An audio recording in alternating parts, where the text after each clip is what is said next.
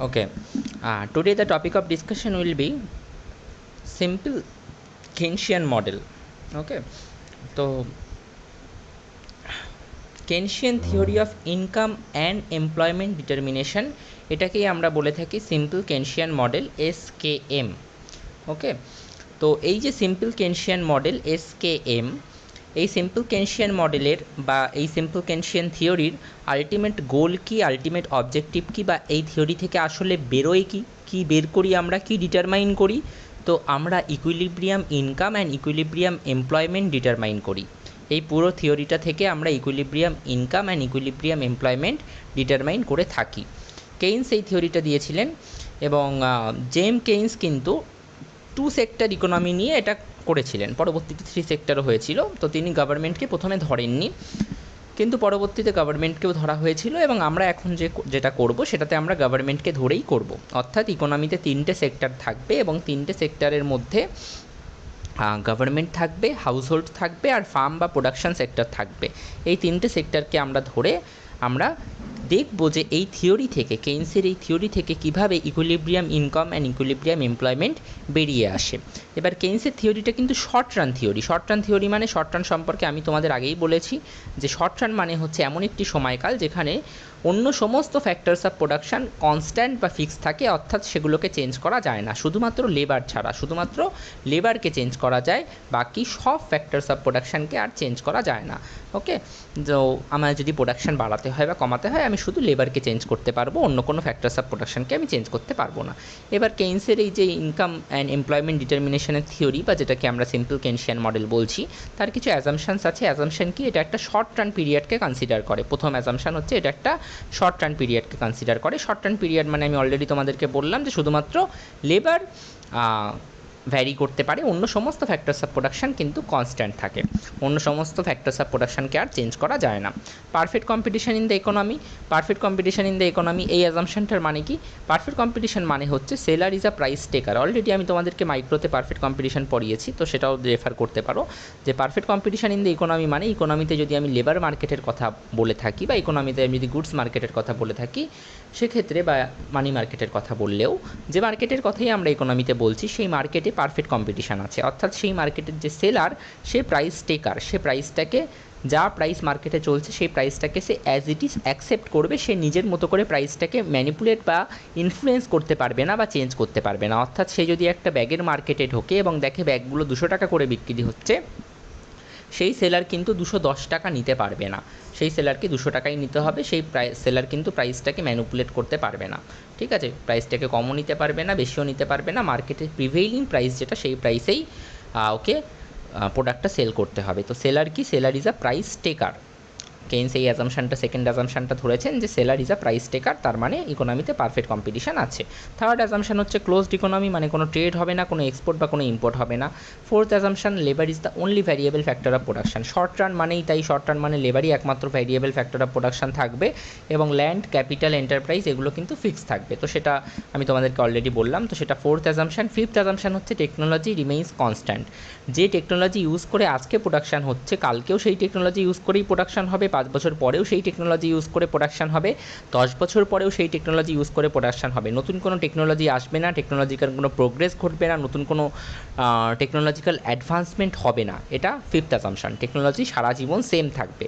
যে technology use করে আজকে প্রোডাকশন হচ্ছে, 5 বছর বা 10 বছর পরেও সেই টেকনোলজি ইউজ করেই প্রোডাকশন হবে। টেকনোলজি সারা জীবন সেম থাকবে, কোনো চেঞ্জেস আসবে না। মানি ইলিউশন। মানি ইলিউশন মানে কি? মানি ইলিউশন খুব ইম্পর্টেন্ট একটা পয়েন্ট। ওকে, মানি ইলিউশন মানে হচ্ছে যে, এটা ফিফথ অ্যাজাম্পশন, ঠিক আছে? Sixth assumption, number 6। মানি ইলিউশন মানে হচ্ছে যে, ধরো তোমার ইনকাম 1000 টাকা এবং তোমার ক্রয় ক্ষমতা, পারচেজিং পাওয়ার আমরা কীভাবে বের করি? Total income.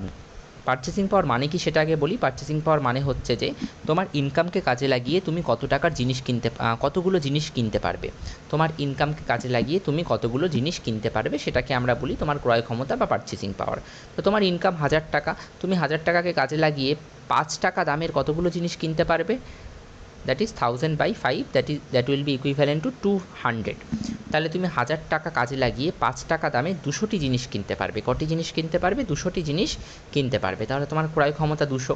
তাহলে ক্রয় ক্ষমতা বা পারচেসিং পাওয়ারটা বেরোচ্ছে কীভাবে? ক্রয় ক্ষমতা বা পারচেসিং পাওয়ারটা বেরোচ্ছে, তুমি বলতে পারো income by price, income by price, বা অনেকে এটাকে ওয়েজ বাই প্রাইসও লেখে, রিয়েল ওয়েজ সেন্সে লেখে, রিয়েল ওয়েজ। ইনকামটাকে তারা নমিনাল ওয়েজ বলে। নমিনাল ওয়েজ মানে সংখ্যায় বা টাকার মূল্যে আমরা কত টাকা ইনকাম পাচ্ছি সেটা আমরা নমিনাল ওয়েজ হিসেবে বলি, আর ওই টাকা দিয়ে আমরা কতগুলো জিনিস কিনতে পারবো সেটাকে আমরা রিয়েল ওয়েজ বলি। রিয়েল ওয়েজকে W/P দিয়েও লেখা হয়, কেননা W/P মানে wage by price. Wage 1000, price 5 টাকা, তাহলে কতগুলো জিনিস কিনতে পারবো? 200টি। Y/P দিয়েও লেখা যায়, পারচেসিং পাওয়ারও বলা যায়, কারণ রিয়েল ওয়েজ মানেই পারচেসিং পাওয়ার বা ক্রয় ক্ষমতা। এবার তোমার ইনকাম ধরো বেড়ে হয়ে গেল 2000, তোমার ক্রয় ক্ষমতা, এবার তুমি ভাবছো বাহ আমার ইনকাম বেড়ে গেছে, 2000 হয়ে গেছে, তাহলে আমি হয়তো এখন 2000 টাকার কতগুলো 2000 টাকায় কতগুলো জিনিস কিনতে পারবো? তুমি ভাবছো আমি হয়তো এখন 2000 টাকা কাজে লাগিয়ে আমি হয়তো 2000/5 মানে প্রাইস 5 টাকা, আমি হয়তো 400টি জিনিস কিনতে পারবো। তাহলে আমার হয়তো ক্রয় ক্ষমতাও বেড়ে গেছে, অর্থাৎ আমার রিয়েল ওয়েজ মানে W/P, বা যেটাকে আমরা রিয়েল ওয়েজ বলি বা পারচেসিং পাওয়ারও বলতে পারো, যেটাও বলো, সেই রিয়েল ওয়েজ বা পারচেসিং পাওয়ার বা আমার ক্রয় ক্ষমতা সেটাও হয়তো বেড়ে গিয়ে এখন 400 হয়ে গেছে ইনকাম বাড়ার সাথে সাথে। তো তুমি কি ভাবছো? তুমি ভাবছো যে হ্যাঁ আমার নমিনাল ওয়েজ বেড়েছে, বেড়ে কত হয়েছে? বেড়ে 1000 থেকে 2000 হয়েছে। তো তুমি ভাবছো তোমার রিয়েল ওয়েজ, সাধারণ মানুষ বা তুমি কি ভাবছো যে তোমার রিয়েল ওয়েজও হয়তো তাহলে 200 থেকে বেড়ে 400 হয়ে গিয়েছে। কিন্তু মার্কেটে বা ইকোনমিতে শুধুমাত্র তোমার নমিনাল ওয়েজ বাড়েনি, তোমার নিজস্ব ইনকাম বা নমিনাল ওয়েজ বাড়েনি, তার সাথে সাথে প্রাইসটাও বেড়েছে, জিনিসের দামটাও বেড়েছে, এবং জিনিসের দামটা হয়তো হয়ে গিয়েছে 20 টাকা। জিনিসের দামটা কত হয়ে গিয়েছে? 20 টাকা, 5 টাকা থেকে 20 টাকা। তাহলে তুমি এখন কটা জিনিস কিনতে পারবে? 2000, that is your nominal wage, divided by the price, that is 20। তাহলে তুমি এখন জিনিস কিনতে পারবে মাত্র 100টা। তাহলে অ্যাকচুয়ালি কি তোমার নমিনাল ওয়েজ তো বাড়লো, 1000 থেকে 200 হলো, কিন্তু তোমার ক্রয় ক্ষমতা, রিয়েল ওয়েজ বা পারচেসিং পাওয়ার, সেটা কি 200 থেকে 400 হয়েছে বেড়ে? না, সেটা কিন্তু 200 থেকে উল্টে কমে 100 হয়ে গিয়েছে। তাহলে তুমি হয়তো খুব খুশি, তুমি হয়তো খুশি যে আমার নমিনাল ওয়েজ বেড়ে গিয়েছে, আমার রিয়েল ওয়েজও হয়তো বেড়েছে, কিন্তু হয়নি। আসলে তোমার নমিনাল ওয়েজ তো বেড়েছে, কিন্তু তোমার রিয়েল ওয়েজ বা পারচেসিং পাওয়ার বা ক্রয় ক্ষমতা কমে গিয়েছে। তুমি আগের মতো বেশি জিনিস এখন আর কিনতে পারবে না। তো মানুষের মধ্যে এই সেন্সটা কাজ করে না, এই সেন্সটা থাকে না। তারা এই নমিনাল ওয়েজ আর রিয়েল ওয়েজের ব্যাপারটাকে আলাদা করে দেখতে পারে না, আলাদা করে বুঝতে পারে না, আলাদা করে ডিফারেন্সিয়েট করতে পারে না, আলাদা করে আইডেন্টিফাই করতে পারে না। তারা ভাবে এই অপশান এটা মানে তারা ভাবে যে নমিনাল ওয়েজ বাড়লে হয়তো রিয়েল ওয়েজটাও বাড়বে, কিন্তু প্রাইসের সাথে অ্যাডজাস্ট হয়ে রিয়েল ওয়েজ বা পারচেসিং পাওয়ারটা যে কমেও যেতে পারে সেটা তারা বুঝতে পারে না। এই যে একটা মানুষ মানি বা অর্থের ইলিউশানে থাকে, ইলিউশান মানে একটা মানে ভুলভুলাইয়া বা একটা ভ্রান্ত ধারণা, তারা যে অর্থ সম্পর্কে বা মানি সম্পর্কে একটা ভ্রান্ত ধারণা নিয়ে থাকে যে নমিনাল ওয়েজ বাড়লে হয়তো রিয়েল ওয়েজ বা পারচেসিং পাওয়ার বা ক্রয় ক্ষমতাও বাড়বে। এই ভ্রান্ত ধারণাটা, এই ভুল ধারণাটাকেই বলা হচ্ছে মানি ইলিউশান। মানিটাকে নিয়ে তারা একটা ইলিউশানে আছে যে নমিনাল ওয়েজ বাড়লে হয়তো রিয়েল ওয়েজও বাড়ে, কিন্তু এই ইলিউশানটা তো পুরোপুরি ভুল। নমিনাল ওয়েজ বাড়লে রিয়েল ওয়েজ তো নাও বাড়তে পারে, কমেও যেতে পারে, কারণ রিয়েল ওয়েজ তো প্রাইসের সাথে অ্যাডজাস্ট হয়ে যায়, তাই না? সো কেনসের থিওরিতে কী অ্যাজিউম করা হয়েছে, কী অ্যাজাম্পশন নেওয়া হয়েছে? That people have an illusion that value of money remains constant. Okay, value of money মানে কিছুই না। ভ্যালু অফ মানি মানে তুমি বুঝতে পারবে, ভ্যালু অফ মানি মানে হচ্ছে টাকার মূল্য, বা যেটাকে আমরা পারচেসিং পাওয়ারও বলে থাকছি। তো কেনসের থিওরিতে মানুষ মানে কেইন্স এটা ধরে নিয়েছেন যে মানুষের মধ্যে এরকম একটা ভ্রান্ত ধারণা থাকে বা এরকম একটা বিশ্বাস থাকে যে রিয়েল ওয়েজ ঠিক সেইভাবেই বাড়বে বা ঠিক ততটাই বাড়বে যতটা মানি ওয়েজ বা নমিনাল ওয়েজ বেড়েছে। যতটা মানি ওয়েজ বা নমিনাল ওয়েজ বেড়েছে, রিয়েল ওয়েজও ঠিক ততটাই বাড়বে, সেই হারেই বাড়বে, সেই রেশিওতেই বাড়বে। অর্থাৎ মানুষ এই অপশান এতে বিলিভ করে যে রিয়েল ওয়েজ যদি আমার 1000 থেকে 2000 হয়ে যায়, 2 গুণ হয়ে যায়, তাহলে নমিনাল ওয়েজ যদি 1000 থেকে 2000 2 গুণ হয়ে যায়, তাহলে রিয়েল ওয়েজও হয়তো 200 থেকে 400 হয়ে যাবে, ক্রয় ক্ষমতাও হয়তো দ্বিগুণ হয়ে যাবে। এই ভ্রান্ত ধারণায় মানুষ বিশ্বাস রাখে এবং এই মানি ইলিউশন মানুষের মধ্যে থাকে। এটা কে ধরে নিয়েছেন? কেইন্স ধরে নিয়েছেন। ওকে, তো মানুষ তারা কিন্তু প্রাইসের কি চেঞ্জ আসছে ইকোনমিতে এবং তার কি ইম্প্যাক্ট বা তার কি এফেক্ট বা তার কি প্রভাব মানি ওয়েজের উপর পড়বে, পারচেসিং পাওয়ার বা ক্রয় ক্ষমতার উপর তার কি প্রভাব পড়বে, সেটা মানুষ বুঝতে পারে না এবং সেটা মানুষ ইগনোর করে দেয়। ঠিক আছে, তো this is the 6th assumption. তারপরে আসছে আমাদের 7th অ্যাজাম্পশন। 7th অ্যাজাম্পশনটা খুব সিম্পল, বলা হচ্ছে savings is a function of income and investment is a function of marginal efficiency of capital. কেইন্সের থিওরিতে কেইন্স বলেছেন যে সেভিংস সেটা কিসের ফাংশন? ইনকামের ফাংশন। খুব স্বাভাবিক, ইনকাম বাড়লে, আমার ইনকাম যদি 10,000 টাকা থাকে, আমি হয়তো 8,000 টাকা সেভিংস করছি। আমার ইনকাম 1 লাখ টাকা হয়ে গেলে আমি হয়তো সেভিং করব 30,000 টাকা। তো আমার সেভিং বাড়বে কি কমবে সেটা ডিপেন্ড করছে কিসের উপর? ইনকামের উপর। তাহলে সেভিং কিসের ফাংশন হবে? ইনকামের ফাংশন হবে। ওকে, ইনভেস্টমেন্ট ক্লাসিক্যালরা বলেছিল কিন্তু ইনভেস্টমেন্ট হচ্ছে ইন্টারেস্ট রেটের ফাংশন। কতটা rate of interest A loan পাওয়া যাচ্ছে, সেই রেট অফ ইন্টারেস্টটা বেশি হলে লোনটা আমরা কম নেব, ইনভেস্টমেন্ট কম হবে। রেট অফ ইন্টারেস্ট কম হলে লোনটা আমরা বেশি নেব, ইনভেস্টমেন্ট বেশি হবে।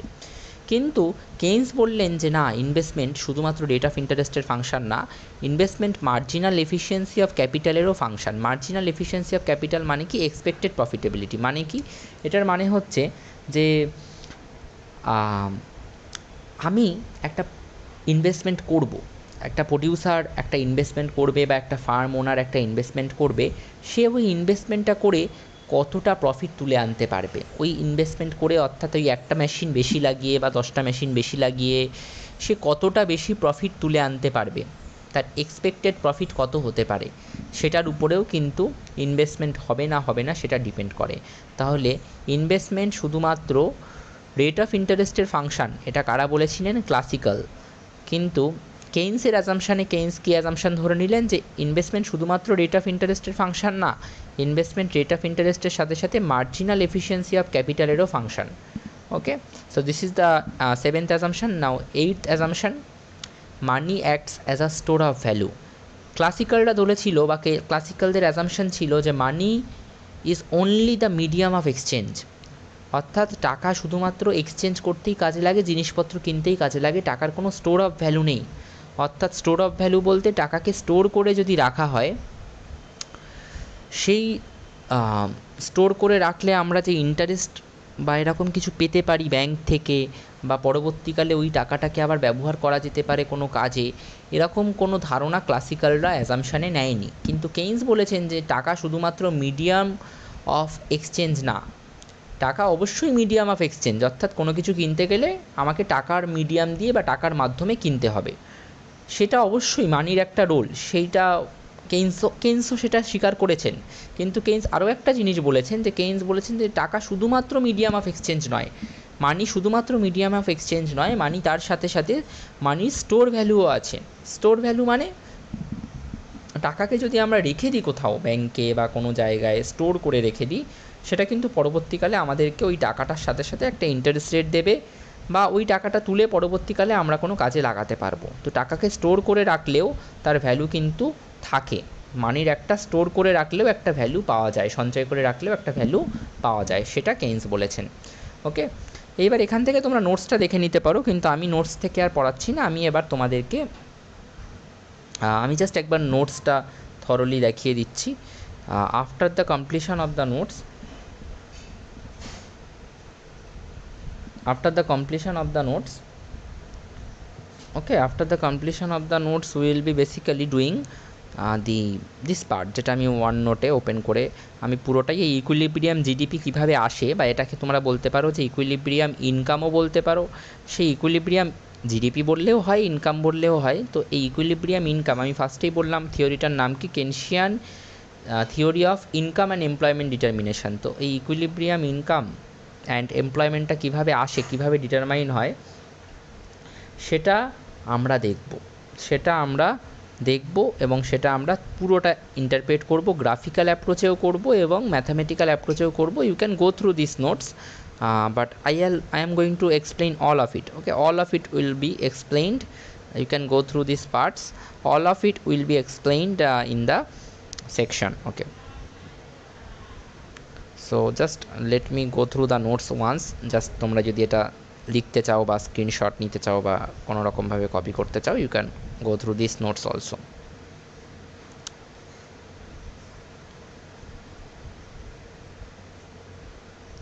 ওকে, প্রবাবলি লাস্ট পেজটার আগেই কেটে যাচ্ছে। ওকে, হ্যাঁ, ইয়া।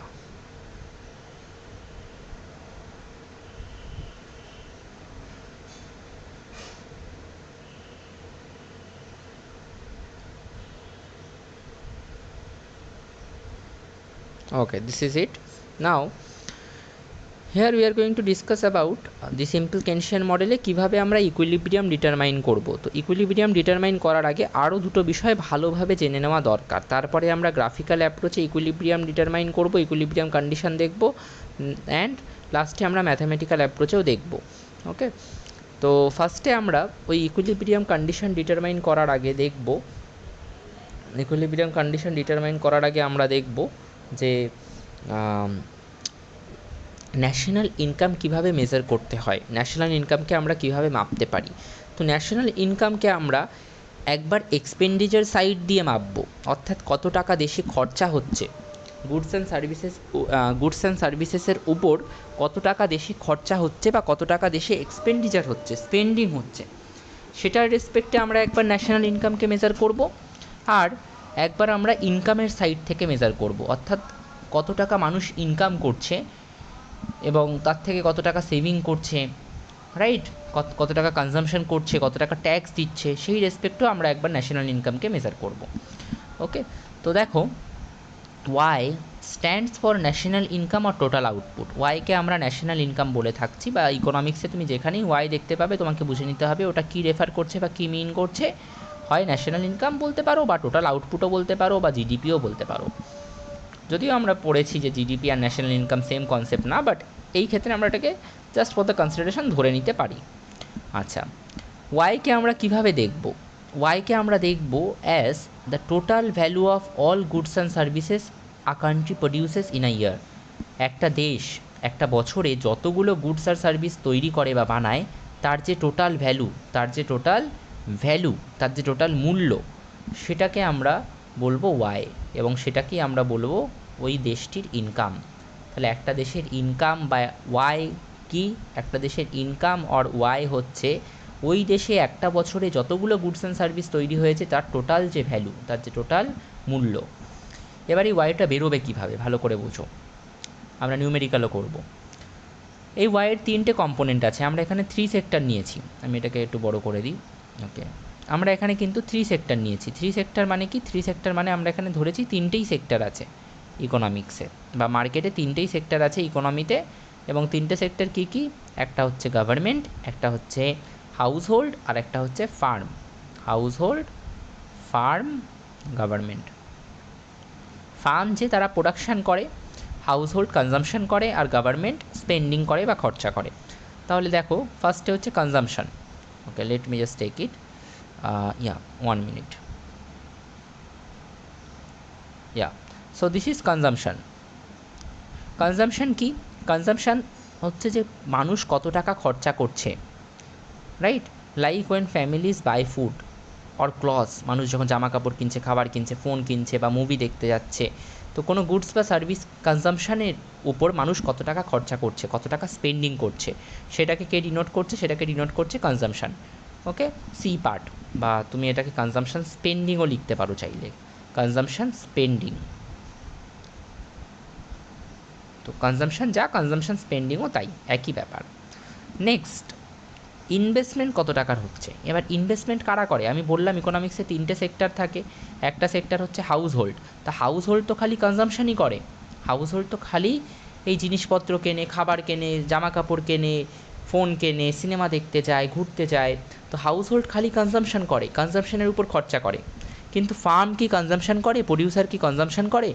প্রডিউসার কি জামা কাপড় কেনে? না, প্রডিউসার মেশিন কেনে। প্রডিউসার মেশিন কিনে, ইনভেস্টমেন্ট মেশিন কিনে প্রোডাকশানটাকে বাড়ানোর চেষ্টা করে। তো এই যে সেকেন্ড সেক্টর, যেটাকে আমরা বলছি ফার্ম বা প্রডিউসার, সেই সেকেন্ড সেক্টরটা কী করবে? সেই সেকেন্ড সেক্টরটা কিন্তু ইনভেস্টমেন্ট করবে।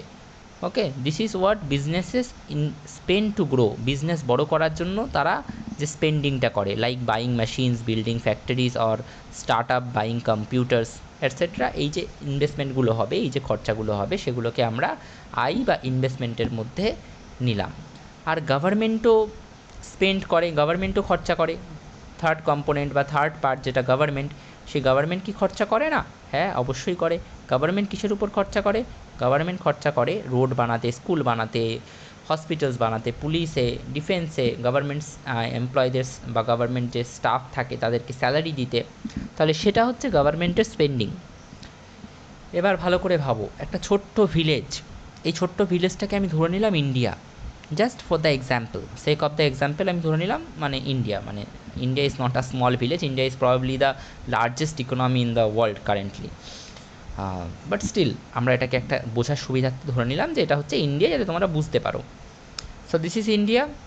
এবার এই যে ছোট্ট ভিলেজটা, ছোট্ট ভিলেজে যতগুলো ফ্যামিলি আছে তারা টোটাল গুডস কিনতে, অর্থাৎ গুডস অ্যান্ড সার্ভিস কিনতে বা গুডস অ্যান্ড সার্ভিস কনজামশন করতে 70,000 টাকা খরচ করেছে। একটা বছরে তারা টোটাল গুডস অ্যান্ড সার্ভিস কিনতে বা গুডস অ্যান্ড সার্ভিস কনজামশন করতে 70,000 টাকা খরচ করেছে। তাহলে কনজামশন এক্সপেন্ডিচার 70,000। ওই ছোট্ট ভিলেজটাতে যে বিজনেস যারা আছে, যত বিজনেসম্যান আছে, তারা মেশিন কিনতে, কম্পিউটার কিনতে, স্টার্ট আপ করতে, ফ্যাক্টরিজ বানাতে, বিল্ডিং বানাতে কত টাকা খরচ করেছে? 20,000 টাকা। এই 20,000 টাকাটা কি? ইনভেস্টমেন্ট। এই 20,000 টাকাটা কি? এটাকে আমরা বলছি ইনভেস্টমেন্ট। আর গভর্নমেন্ট স্কুল বানাতে বা হসপিটাল, নার্সিংহোম বানাতে টোটাল কত টাকা খরচ করেছে? টোটাল 10,000 টাকা খরচ করেছে। তাহলে টোটাল এক্সপেন্ডিচার, আমি কি বলেছিলাম ফার্স্টেই তোমাদেরকে, যে আমরা এখানে ন্যাশনাল ইনকাম বা আউটপুট বা জিডিপিটাকে এক্সপেন্ডিচার সাইড থেকে মাপবো, টোটাল কত টাকা খরচা হয়েছে সেটার সাইড থেকে মাপবো। তাহলে ন্যাশনাল ইনকামটা কিভাবে বেরোবে? ন্যাশনাল ইনকাম এটা আমরা এক্সপেন্ডিচার সাইড থেকে মাপছি। কোন সাইড থেকে? এক্সপেন্ডিচার সাইড থেকে, অর্থাৎ কত টাকা দেশে খরচা হচ্ছে সেই সাইড থেকে। তাহলে দেশে কত টাকা খরচা হচ্ছে? দেশে খরচা হচ্ছে 70,000 প্লাস 20,000 প্লাস 10,000 মানে 1,00,000 টাকা। এই ওয়াইটা কিভাবে বেরোলো? এই ওয়াইটা বেরোলো সি প্লাস আই, অর্থাৎ কনজিউমার কত টাকা খরচা করছে প্লাস বিজনেসম্যান বা প্রডিউসার কত টাকা খরচা করছে প্লাস গভর্নমেন্ট কত টাকা খরচা করছে সেটা থেকে। ওকে, সো দিস ইজ, আমরা যে লিখি Y equals to C plus I plus G, সেটা কীভাবে লিখি সেটা আমি তোমাদেরকে দেখালাম, কারণ এটা না দেখিয়ে আমি তোমাদেরকে কেনশিয়ান ইকুইলিব্রিয়াম বোঝাতে পারবো না। তাহলে আমরা এক্সপেন্ডিচার সাইড থেকে কিভাবে মাপলাম? এক্সপেন্ডিচার সাইড থেকে আমরা ওয়াইটাকে মাপলাম Y equals to C plus I plus G, এইভাবে। বোঝা গেল? কোনো সমস্যা নেই, হলো। নেক্সট, তাহলে আমরা এবার চলে যাচ্ছি নেক্সট পার্টে। আমি আর তোমাদেরকে এক্সপোর্ট ইম্পোর্টের গল্পটা এখানে বোঝালাম না, কারণ আমরা 3 সেক্টর নিয়ে করবো, তো এক্সপোর্ট ইম্পোর্টটা পরে একদিন ওটাকে আমি অ্যাড করে দেবো। 3 সেক্টর নিয়ে আর এক্সপোর্ট ইম্পোর্টটা দরকার নেই। নেক্সট যেটা, সেটা হচ্ছে এবার আমরা ন্যাশনাল ইনকামটাকে মাপবো ইনকাম সাইড থেকে। আচ্ছা, তোমার নিজস্ব ইনকাম কত? একটা সাধারণ মানুষের ইনকামকে যদি মাপতে হয় আমরা কিভাবে মাপি? তো একটা সাধারণ মানুষের ইনকামকে যদি মাপতে হয় আমরা দেখি যে সেই ব্যক্তিটি কত টাকা স্পেন্ডিং করছে, কত টাকার কনজামশন করছে বা কত টাকাও খরচ করছে। তো সেই ব্যক্তিটি হয়তো 20 বা 2,000 টাকা খরচ করছে। সেই ব্যক্তিটি, তারপরে আমরা দেখি সেই ব্যক্তিটি কত টাকা সেভ করছে, বাঁচাচ্ছে। তো দেখি হয়তো 500 টাকা বাঁচাচ্ছে। তার সাথে সাথে দেখি যে সেই ব্যক্তিটি কত টাকা ট্যাক্স দিচ্ছে, হয়তো 300 টাকা ট্যাক্স দিচ্ছে। তাহলে ওই ব্যক্তিটির ইনকাম কত? রাইট, ইনকাম কত কীভাবে বেরোবে? এর বাইরে তো কোনো কম্পোনেন্ট নেই। ওই ব্যক্তি তো ইনকাম, ওর যে পুরো ইনকামটা, সেই ইনকামকে এর বাইরে কোথাও কাজে লাগাতে পারবে না। হয় ও কনজামশন করবে, নয় ও সেভিংস করবে, নয় ও ট্যাক্স দেবে গভর্নমেন্টকে। এর বাইরে তো টাকাটা কোথাও রাখার জায়গা নেই। তাহলে ওই ব্যক্তির টোটাল ইনকাম কত হবে? ওই ব্যক্তির টোটাল ইনকাম হবে 2,000 প্লাস 500 প্লাস 300 মানে 2,800। এই 2,800টা কীভাবে বেরোলো? কনজামশান, সেভিংস আর ট্যাক্সটাকে যোগ করে বেরোলো। তাহলে এখানে আমরা লিখতে পারি Y equals to C plus S plus T. এবার আগের ইকুয়েশনটা কী ছিল? Y equals to C plus I plus G. এই ইকুয়েশনটা কোন সাইড থেকে বেরোলো? এক্সপেন্ডিচার সাইড থেকে। আর এখন যেটা বের করলাম Y equals to C plus S plus T, এটা কিন্তু ইনকাম সাইড থেকে বেরোলো। কোন সাইড থেকে? ইনকাম সাইড থেকে। তো দুটোই ন্যাশনাল ইনকাম, দুটোই এই যে ওয়াই লিখেছি এই ওয়াইটাও ন্যাশনাল ইনকাম, এই ওয়াইটাও ন্যাশনাল ইনকাম, বা এই ওয়াইটাও টোটাল আউটপুট, এই ওয়াইটাও টোটাল আউটপুট, খালি এটা ইনকাম সাইড থেকে বেরোচ্ছে, এটা এক্সপেন্ডিচার সাইড থেকে বেরোচ্ছে। ওকে, নাও লেখা আছে এখানে, এবার এটা কোনো একটা ইন্ডিভিজুয়ালের জন্য করলাম, পুরো দেশটার জন্য যদি আমি এইভাবে করি, পুরো দেশটার টোটাল কতটা কনজাম্পশন হয়েছে, কতটা সেভিং হয়েছে, আর কত টাকা ট্যাক্স এসেছে সেটা যদি যোগ করে দিই, তাহলে পুরো দেশটার জন্য ন্যাশনাল ইনকাম পেয়ে যাব, রাইট? তো সেটাই এখানে করা আছে, এখানে একটা এক্সাম্পলও দেওয়া আছে। তো imagine you earn 1000 rupees, you spend 700 on food, 200 in the bank saved and 100 in the taxes, তাহলে টোটাল ইনকাম কত? C plus S plus T, that is 1000। Okay, so simple example for the class is basically suppose the national income of a country is 10 lakh। এবার এই 10 লাখের মধ্যে মানুষজন হয়তো 6 লাখ টাকা goods আর সার্ভিসের উপর স্পেন্ডিং করে, কনজামশন এক্সপেন্ডিচার করে, 3 লাখ টাকা সেভ করে ব্যাঙ্কে আর পোস্ট অফিসে, 1 লাখ টাকা সেভ করে, 1 লাখ টাকা ট্যাক্স দেয় গভর্নমেন্টকে, তাহলে y equals to C plus S plus T 10 lakh. বোঝা গেল? এই পার্টটা এখন থাক, এই পার্টটা তোমাদের এই মুহূর্তে রিকোয়ারমেন্ট নেই, যেটা আমি পড়ালাম এইটুকু আপাতত থাকবে, এইটুকু আপাতত দরকার। আচ্ছা হ্যাঁ, এই পার্টটার মধ্যে জাস্ট আমি এক্স মাইনাস এমটাকে এখন আনতে চাইছি না, ওটা পরে আমরা করব, এটা এখন রিকোয়ার্ড নেই, কারণ আমরা 3 সেক্টর ইকোনমিতে পড়ছি। তাহলে y equals to C plus I plus G, এটা এক্সপেন্ডিচার সাইড থেকে এসেছিলো, y equals to C plus S plus T, এটা ইনকাম ইউজেস সাইড থেকে আসলো। ওকে, নাও এইবার আমরা চলে যাব নেক্সট পার্টে, যেটা হচ্ছে equilibrium condition in the simple Keynesian model. Simple Keynesian মডেলে ইকুইলিব্রিয়াম কন্ডিশন কীভাবে ডিটারমাইন হবে। তো ধরো ফার্স্টে আমি তোমাদেরকে খুব সিম্পলভাবে স্টার্ট করছি। প্রথমে আমি একটা গ্রাফ আঁকতে চাইছি, যে গ্রাফটাতে আমি এক্স অ্যাক্সিসে নেব হচ্ছে ইনকাম, আর ওয়াই অ্যাক্সিসে আমি নেব কনজামশন। তো আমার ইনকাম 0 হলেও কনজামশন কি 0 হবে? না, কনজামশন কিন্তু 0 হবে না। কেন? ধরো আমার ইনকাম 0, কনজামশন তারপরেও হচ্ছে 20, এই 20টা হাজারে আছে 20,000। কেন? তোমাদের প্রশ্ন হবে যে ইনকাম 0 হলে কনজামশন কী করে 20,000 হতে পারে? যখন তোমার ইনকাম 0 থাকে, তুমি কি না খেয়ে থাকো? তুমি কি জামা কাপড় না পরে থাকো? তুমি কি জামা কাপড় কেনো না? খাবার খাও না? ঘুরতে যাও না? সিনেমা দেখতে যাও না? ক্লথস কেনো না? সব কিছুই করো। এই টাকাটা হয় তোমার কোনো পাস্টের সেভিং থেকে আসে, বা হয়তো টাকাটা তোমার বাবা মার থেকে আসে, বা কারোর থেকে আসে, রাইট? তো তখনও কিন্তু আমরা কনজামশন করি, ইনকাম 0 থাকলেও কিন্তু আমরা কনজামশন করি। তো ফার্স্ট পয়েন্টটা হলো 0,20। তারপর আমার ইনকাম ধরো যখন 10,000 হয়ে গেল, তখন হয়তো আমি কনজামশন করছি 25,000 টাকা। এবার এটাতে অনেকে বলবে 10,000 টাকা ইনকাম, 25,000 টাকা কনজামশন কী করে করছে? তো ভাবো, যখন স্টুডেন্ট লাইফে আমরা প্রথম ইনকাম করা শুরু করি, আমরা অল্প কিছু টিউশন পড়াই, আমরা 2,000 5,000 টাকা মাইনে পাই। তো সেই টিউশনটা পড়িয়ে কি আমরা মাসে তো কনজামশন করি হয়তো 20-25 বা 10-15 হাজার টাকার। তো ইনকাম করছি 5,000 টাকা, কনজামশন তো 10-15 হাজার টাকারই করি। সেই কনজামশনের টাকাটা কোথা থেকে আসে? সেই বাবা মার থেকে আসে, বা সেভিং করে আসে, কোনোভাবে আসে, রাইট? ওকে, তারপরে আমার ইনকাম যখন হয়ে গেল 30, কনজামশন হয়তো হয়ে গিয়েছে 28। ওকে, ইনকাম যখন হয়ে গিয়েছে ধরো 40,000, তখন হয়তো কনজামশন হয়ে গিয়েছে 45,000। 45,000টা দরকার নেই, এটা একটু রিয়েলিস্টিক যদি নিতে চাই, তাহলে এটা 45 দরকার নেই, এটা ধরো আমি নিলাম 35।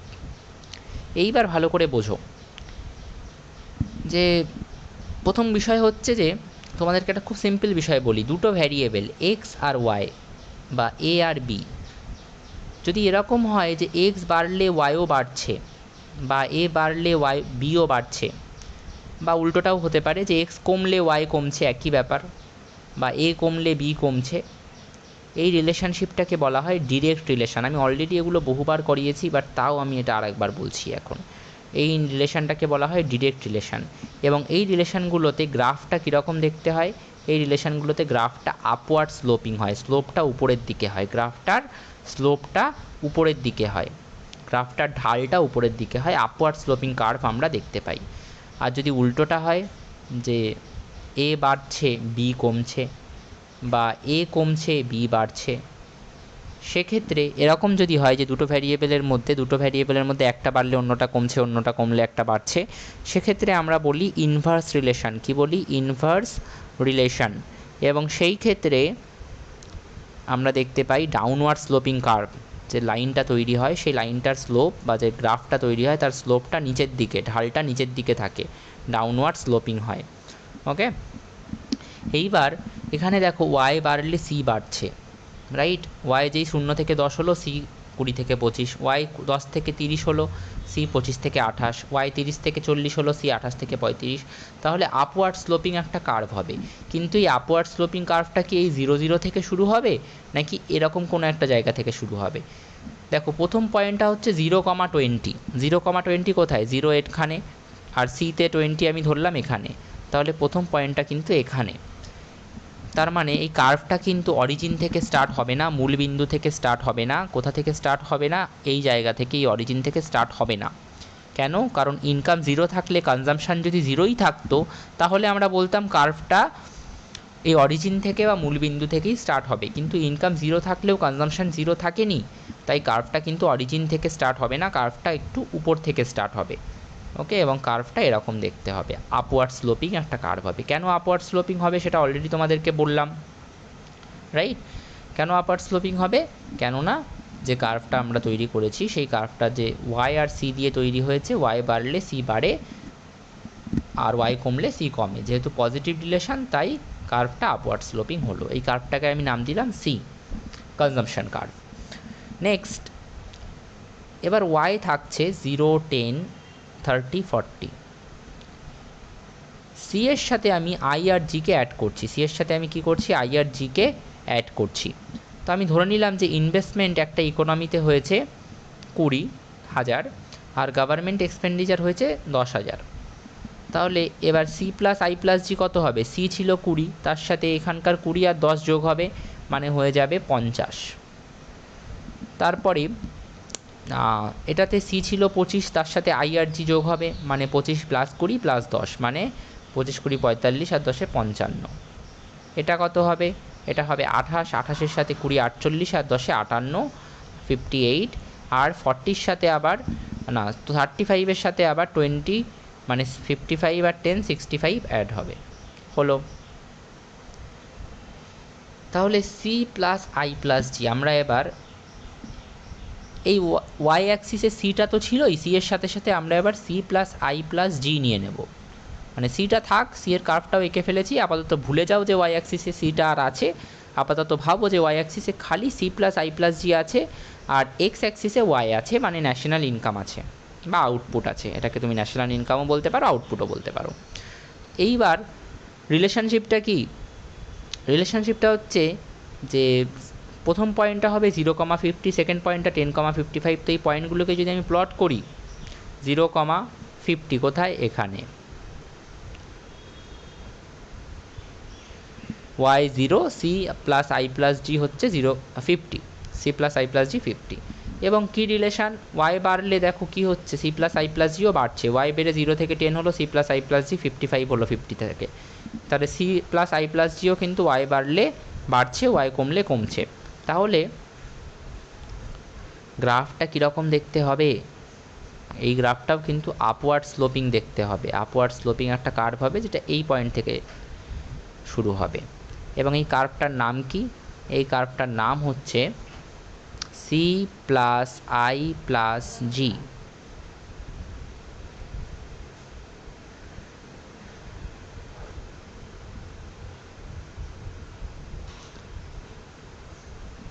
C plus I plus G. এবার আরেকটা বিষয় তোমাদেরকে বলে রাখি, যেটা আমি এখনও অবধি তোমাদেরকে করাইনি, কিন্তু এইবার সেটাকে করাতে হবে। সেটা হচ্ছে দি concept of aggregate demand. Aggregate demand কাকে বলে? অ্যাগ্রিগেট ডিম্যান্ড হচ্ছে ডিজায়ার্ড এক্সপেন্ডিচার বা ডিজায়ার্ড এক্সপেন্ডিচার বা ডিজায়ার্ড টোটাল ডিম্যান্ডও বলতে পারো।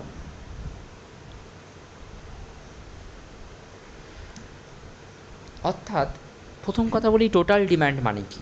টোটাল ডিম্যান্ড মানে একটা গোটা বছরে একটা ইকোনমিতে যত মানুষ আছে তারা সবাই মিলে, সেই মানুষগুলোর মধ্যে কিন্তু কনজিউমারও থাকতে পারে যে কনজামশানের উপর খরচা করছে, ইনভেস্টারও থাকতে পারে বা প্রডিউসার থাকতে পারে যে ইনভেস্টমেন্ট করছে বলে খরচা করছে বা ইনভেস্টমেন্টের মাধ্যমে খরচাটা করছে, গভর্নমেন্ট থাকতে পারে যে রাস্তা, রোড বা ব্রিজ বানাতে বা সোশ্যাল ওয়েলফেয়ার করতে খরচা করছে।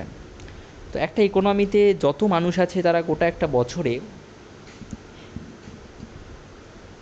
টোটাল কত জিনিসের ডিম্যান্ড করে বা টোটাল কতগুলো প্রোডাক্টের ডিম্যান্ড করে, সেইটা বলতে আমরা বুঝি টোটাল ডিম্যান্ড। সেটাকে আমরা কি বলি? সেটাকে আমরা বলি টোটাল ডিম্যান্ড। হলো। এবার ডিজায়ার্ড টোটাল ডিম্যান্ড মানে কি? ডিজায়ার্ড মানে হচ্ছে প্ল্যান্ড মানে হচ্ছে এই টোটাল ডিম্যান্ডটা কিন্তু এটা নয় যে একটা দেশে যত মানুষ আছে তারা সবাই টোটাল কতগুলো জিনিসের ডিম্যান্ড করে, না। একটা দেশে যদি আমি বলতাম খালি টোটাল ডিম্যান্ড, তাহলে যেটা বললাম ওটাই হতো, যে একটা দেশে একটা নির্দিষ্ট সময়ে বা একটা নির্দিষ্ট বছরে যতগুলো মানুষ আছে তারা টোটাল কতগুলো জিনিসের ডিম্যান্ড করে, সেটা হতো total demand. Desired total demand মানে কি?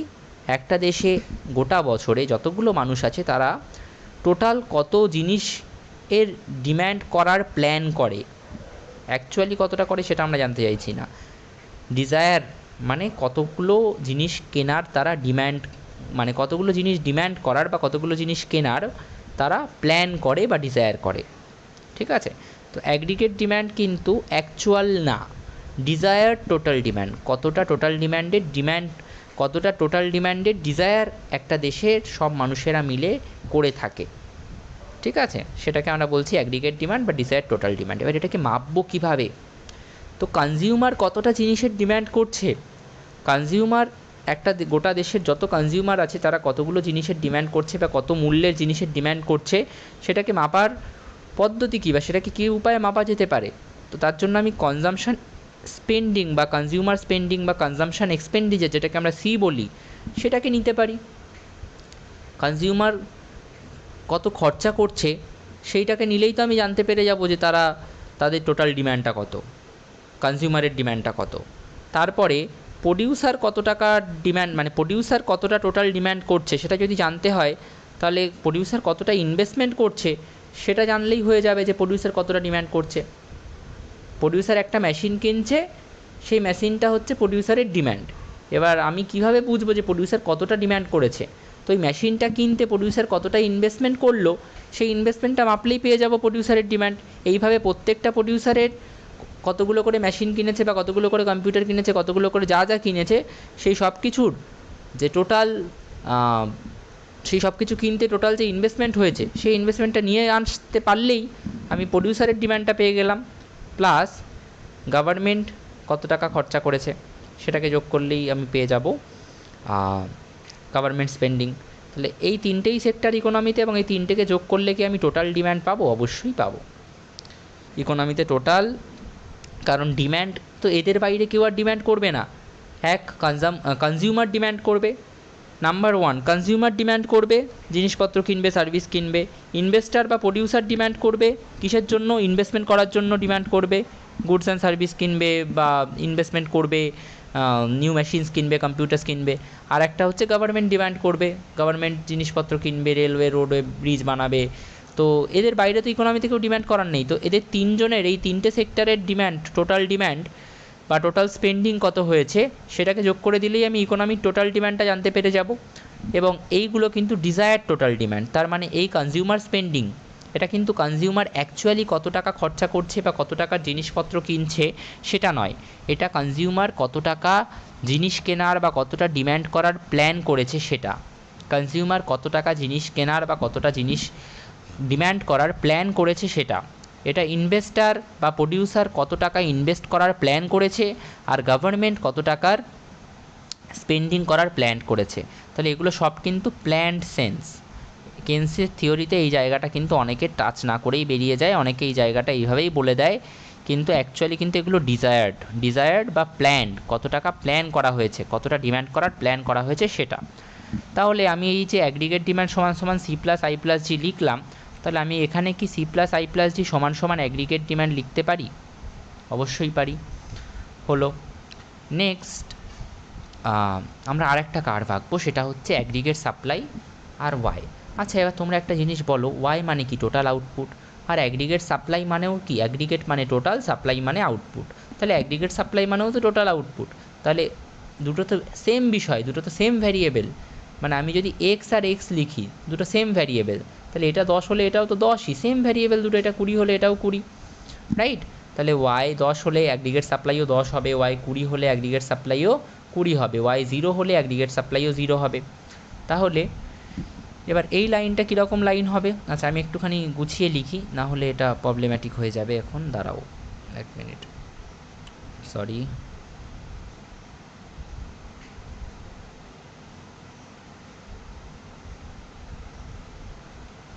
আচ্ছা প্রথম পয়েন্টটা নিই, ওয়াই 0 হলে অ্যাগ্রিগেট সাপ্লাইও 0 হবে, ওয়াই 20 হলে অ্যাগ্রিগেট সাপ্লাইও 20 হবে, ওয়াই 60 হলে অ্যাগ্রিগেট সাপ্লাইও 60 হবে। দুটো সেম বিষয়, ওকে, দুটো কিন্তু সেম। এবার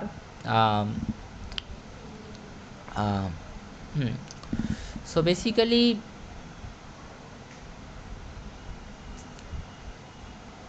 আমি যদি পয়েন্টগুলোকে প্লট করি, এটা হবে 0,0, তারপরে আচ্ছা এই অ্যাক্সিসে আমি ওয়াই নিলাম আর এই অ্যাক্সিসে আমি অ্যাগ্রিগেট সাপ্লাই নিলাম, তাহলে এটা হবে 0,0, তারপরে হবে 20,20, তারপরে হবে 60,60, এবং এই পয়েন্টগুলোকে কানেক্ট করলে যে লাইনটা তোমরা পাবে সেই লাইনটা হবে একটা 45 ডিগ্রি লাইন। একটা কি লাইন? সেই লাইনটা হবে একটা 45 ডিগ্রি লাইন। এবার অনেকে বলবে যে আমি কি করে শিওর হচ্ছি যে এটা একটা 45 ডিগ্রি লাইন হবে, অর্থাৎ 45 ডিগ্রি লাইন হবে ইন দ্য সেন্স এই অ্যাঙ্গেলটা 45 ডিগ্রি হবে, ওকে। এবং এই কার্ভটার আমি নাম কি দিলাম? এই কার্ভটার আমি নাম দিলাম অ্যাগ্রিগেট সাপ্লাই। এবার আমি কিভাবে শিওর হচ্ছি যে এই অ্যাঙ্গেলটা 45 ডিগ্রি হবে?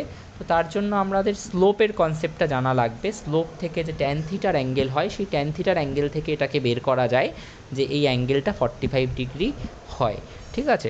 মানে তোমরা যদি এই লাইনটার স্লোপ বের করো, এই লাইনটার স্লোপ কি হবে? স্লোপের ফর্মুলা কি? স্লোপের ফর্মুলা হচ্ছে, আমি নর্মালি তোমাদেরকে শিখিয়েছিলাম y2 minus y1 divided by x2 minus x1, right? y2 কি? y2 হচ্ছে y অ্যাক্সিসের যে সেকেন্ড ভ্যালু সেটাকে নাও, অর্থাৎ আমি y অ্যাক্সিসে কী নিয়েছি? অ্যাগ্রিগেট সাপ্লাই নিয়েছি। তো অ্যাগ্রিগেট সাপ্লাই হচ্ছে ধরো 20, আর এটা হচ্ছে y2, আর y1 হচ্ছে এটা, আর x2 হচ্ছে এটা, x1 হচ্ছে এটা। এই y, এটা ভেবো না এটা y, তাহলে এটা x কেন? এটা y, এটা y মানে কি? এটা কি y নাকি? এটা কি y অ্যাক্সিসের y? না, এটা ন্যাশনাল ইনকাম বা টোটাল আউটপুটের y, ঠিক আছে। তাহলে স্লোপটা কী বেরোবে? স্লোপটা বেরোবে 20 minus 0 divided by 0 divided by 20 minus 0, তাহলে 20/20, 20/20 মানে হচ্ছে 1, ওকে। আর এই অ্যাঙ্গেলটাকে আমরা বলে থাকি ট্যান থিটা। কি বলে থাকি? Tan theta. যারা ক্লাস 10-এ ট্রিগোনোমেট্রি করেছো বা 11-12-এ করেছো তারা বুঝতে পারবে।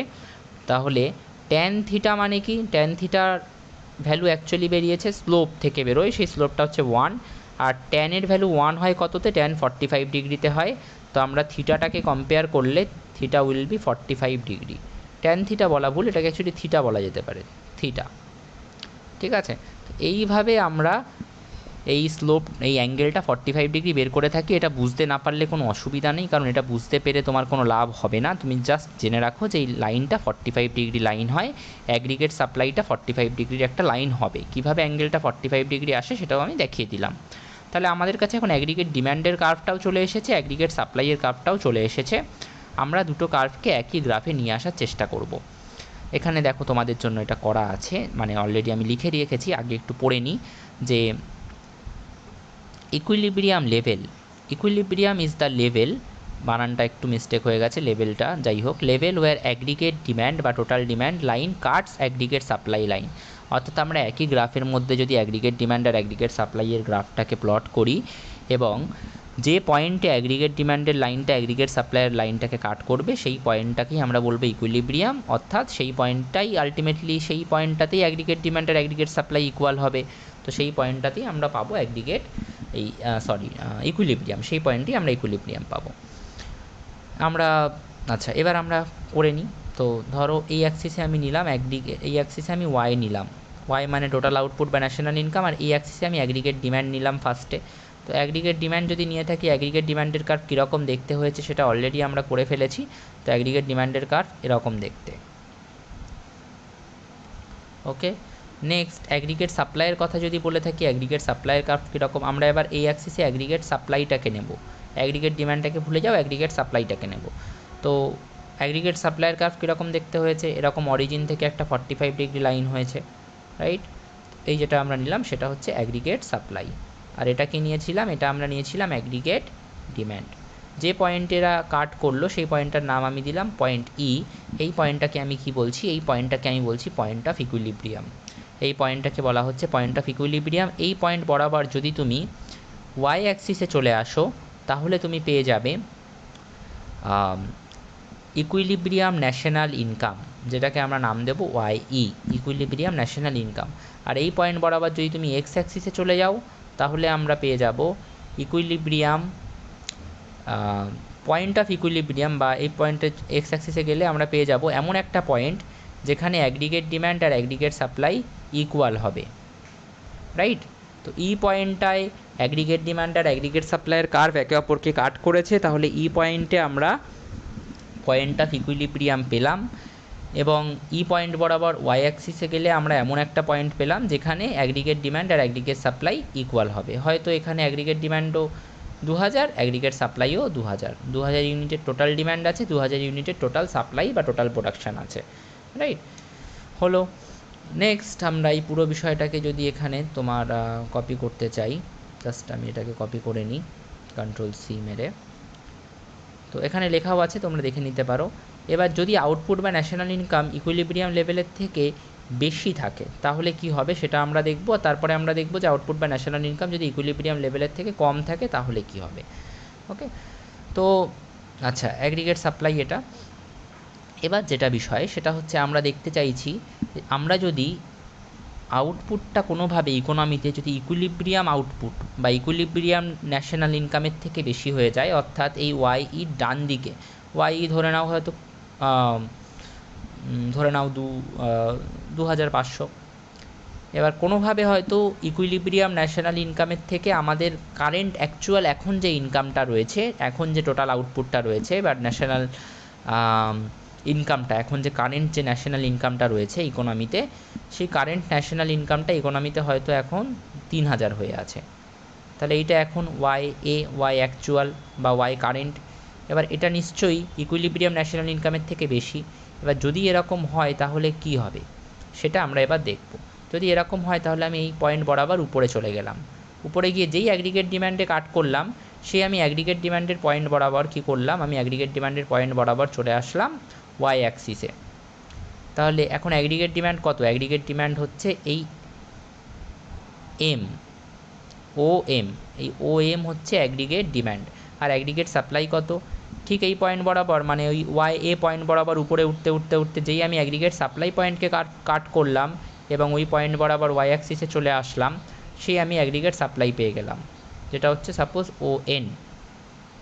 তাহলে OM বেশি না ON বেশি? অবশ্যই তোমরা এটা বলতে পারবে যে OM কিন্তু বেশি। কার থেকে? সরি, আমি উল্টো লিখলাম, মনে হয় উল্টো লিখলাম, এক মিনিট, একটু বড় করে নিই। হ্যাঁ, আচ্ছা, আমি এখানে করছি। তোমরা বলতেই পারবে যে ON কিন্তু বেশি, কার থেকে? OM এর থেকে। এটা ভুল লিখেছি। ওকে, তার মানে আমি বলতে পারি যে অ্যাগ্রিগেট সাপ্লাই বেশি অ্যাগ্রিগেট ডিম্যান্ডের থেকে, রাইট। অ্যাগ্রিগেট সাপ্লাই যদি অ্যাগ্রিগেট ডিম্যান্ডের থেকে বেশি হয়, অর্থাৎ জিনিস বানিয়ে আমরা বসে আছি 500টা আর মার্কেটে জিনিস বিক্রি হওয়ার জন্য ডিম্যান্ড করা হচ্ছে 200টা, তাহলে কি হবে? তাহলে স্টক পাইল আপ হবে, প্রচুর স্টক জমা হয়ে যাবে, প্রচুর স্টক মার্কেটে জড়ো হয়ে যাবে, মানে প্রোডাকশানে বা ফার্মের কাছে প্রচুর স্টক হয়ে যাবে, প্রচুর স্টক জমা হয়ে যাবে। তো এখানে আমরা এটাকে বলে থাকছি স্টক অ্যাকুমুলেশন। এবং এই স্টক অ্যাকুমুলেশন হবে, এই যে স্টক জমা হবে, এটা তো ফার্ম প্ল্যান করেনি, এটা তো ফার্ম এক্সপেক্ট করেনি, ফার্ম এটা তো ইন্টেন্ট করেনি, ফার্ম তো এটা ইন্টেন্ট ছিল না, ফার্মের তো এটা লক্ষ্য বা ইন্টেন্ট ছিল না যে আমরা স্টক অ্যাকুমুলেট করবো, জড়ো করবো। তো ফার্মের ইন্টেনশান ছাড়াই হয়েছে। তো আমরা এটাকে বলছি আনইনটেন্ডেড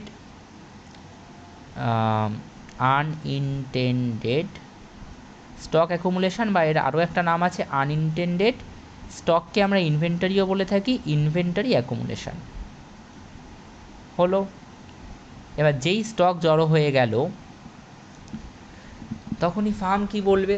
তখনই ফার্ম বলবে যে এতটা অ্যাগ্রিগেট সাপ্লাই হয়ে গেছে, এবার জিনিস বিক্রি হচ্ছে না, তাহলে আমার তো নিশ্চয়ই আর এখন বেশি করে প্রোডাকশান বাড়িয়ে লাভ নেই, বেশি করে কিন্তু আমার আর প্রোডাকশান বাড়িয়ে লাভ নেই। তো ফার্ম কি করবে? ফার্ম এখন বলবে যে যে জিনিসটা স্টক হয়ে আছে সেটাকেও তো বিক্রি করতে হবে, তো প্রাইসটাকে কমিয়ে দাও। এবং আচ্ছা, এই হ্যাঁ, প্রাইসটাকে কমিয়ে দাও। এবার প্রাইস কমে যাওয়া মানে কি? প্রাইস কমে যাওয়া মানে ইকোনমিতে ডিফ্লেশন হচ্ছে। প্রাইস লেভেল কমে যাওয়াকে আমরা কি বলি? ডিফ্লেশন। তাহলে যতক্ষণ অবধি ইকুইলিব্রিয়াম ন্যাশনাল ইনকাম এর থেকে অ্যাকচুয়াল ইনকামটা বেশি থাকবে, অর্থাৎ এই ওয়াই এর ডান দিকে আমরা যে কোনো পয়েন্টেই থাকি না কেন, ইকোনমিতে কী হবে? ডিফ্লেশন হবে।